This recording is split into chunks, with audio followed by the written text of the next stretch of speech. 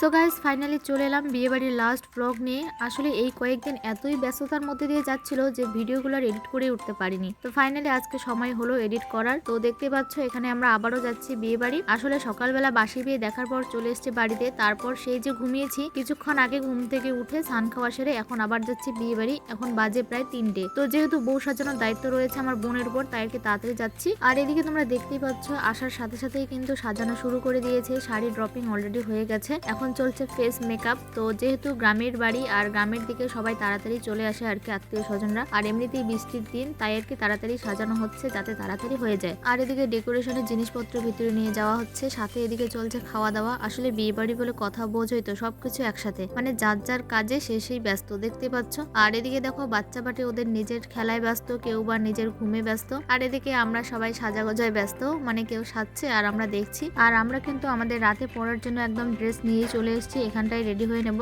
কারণ এই রাস্তা আবার হেঁটে যাব আসবো, সে এত পরিশ্রম কে করে। আর কয়েকদিন ধরে যা বৃষ্টি হচ্ছে তাতে রাস্তাঘাটের অবস্থা একদমই বাজে, আর কি বলবো, বলার কোনো ভাষা নেই। যদিও বা রিসেপশনের দিনটা আর কি আকাশ ভালোই ছিল, বৃষ্টি হয়নি। আর এদিকে কিন্তু আমাদের মেকআপ প্রায় শেষের দিকে অলমোস্ট হয়েই এসছে, ফেস মেকআপ প্রায় কমপ্লিট, আর শুধুমাত্র হেয়ারটা বাকি রয়েছে। আর এই হচ্ছে ফাইনাল লুক, তোমরা দেখতে পাচ্ছ। আর আমাদের রিসেপশন ব্রাইড যেহেতু ছোটোখাটো দেখতে, তাই আর কি মেকআপটাকে একদম সিম্পল রাখার চেষ্টা করা হয়েছে। আর এদিকে দেখো আমাদের রেডি হওয়ার সাথে সাথে মানে সন্ধ্যা 7টার মধ্যে কিন্তু লোকজন চলে এসছে। বললাম যেহেতু বৃষ্টির দিন, বৃষ্টির ভয়েই তাড়াতাড়ি লোকজন চলে এসছে। তাছাড়া এমনিতেও গ্রামের দিকে তাড়াতাড়ি আসে, 8টা সাড়ে 8টা নাগাদ তো চলেই আসে। তো ব্রাইডকে রেডি করিয়ে আমরাও চলে গিয়েছিলাম রেডি হতে। আর বিয়ে বাড়িতে যেহেতু অনেক লোকজন ছিল, তাই এক পাশের বাড়ি থেকে রেডি হয়ে আসলাম। তো কোনো রকমে রেডি হয়েছে আর কি, কারণ বাড়ির মতো সুবিধাজনক হচ্ছিল না, মানে হাতের কাছে সবকিছু পাচ্ছিলাম না আর কি। তো দেখো কোনো রকমে রেডি হয়েছি। আর ভেবেছিলাম যে চুলটা খোপা করবো, কিন্তু সে সময় আর হলো না, ঝটপট এভাবেই বেঁধে নিলাম, মানে আমার বোন বেঁধে দিল আর কি। আর এদিকে দেখো রেডি হয়ে এসে দেখছি যে অপর্ণারা চলে এসছে, প্লাস ওদের খাওয়া দাওয়া কমপ্লিট। তারপর আমরা চলে এলাম খাওয়া দাওয়া সারতে। আর এখানটায় এসেও একটুখানি ভিডিও ক্লিপস শেয়ার করলাম তোমাদের সাথে। তারপর দেখো খাওয়া দাওয়া শেষে চলে এলাম ডান্স দেখতে। নিজে তো করতে পারি না, ওরা করছে তাই আমি দেখছি। আর আমার বোন যদিও পারে, কিন্তু মানুষের সামনে নাকি ওর লজ্জা লাগে, তাই করে না। তো কি আর করা যাবে, চলো ওদেরটাই এনজয় করি। আর দেখো এদিকে অপর্ণারা এখন চলে যাবে হচ্ছে বাড়ি, তাই ও আর কি যে টাটা দিয়ে দিচ্ছে। ও বাবা, তো চলো একটুখানি ডান্স উপভোগ করি।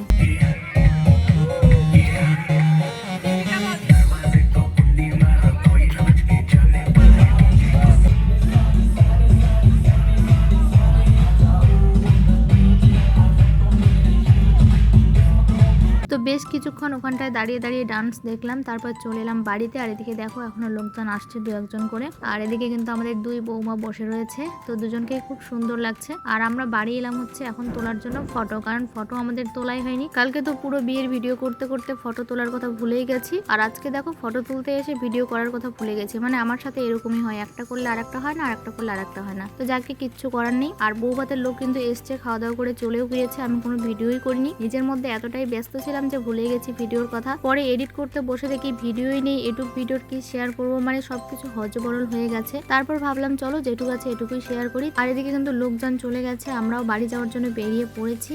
আর আজকের থেকে পুরনো ব্লগ শেষ হলো, এখন থেকে তোমরা নতুন ব্লগ পাবে। আর এদিকে এখন চলছে স্যাড সং, চলো তোমাদের একটুখানি দেখিয়ে দিই।